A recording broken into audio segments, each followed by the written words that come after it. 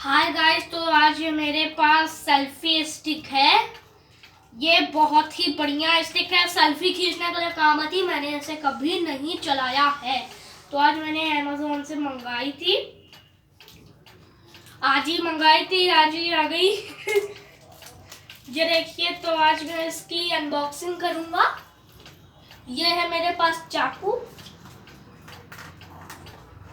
काटा, ठीक है। अबे यार, ये देखिए गाइस, तो आज मेरे पास ये सेल्फी स्टिक है, तो आज मैं इसकी अनबॉक्सिंग करने वाला हूँ। तो ये मैंने कभी नहीं देखी थी, ना कि ट्राई की थी, तो आज मैं इसकी अनबॉक्सिंग करता हूँ।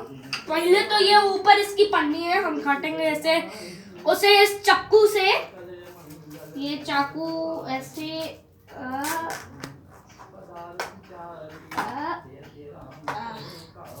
हो गया, ऐसे ऐसे करना है। काट डालेंगे, काटने के बाद इस पन्नी को हटा देंगे, इसे डालो पीछे, इस चाकू को रखो और ये सेल्फी स्टिक बाहर आने वाली है।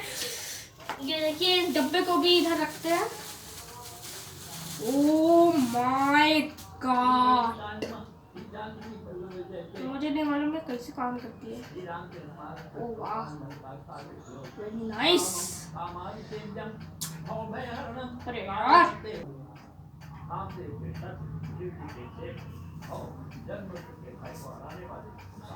और ये देखिए गाइस, ये मुझे मिल गई है सेल्फी स्टिक।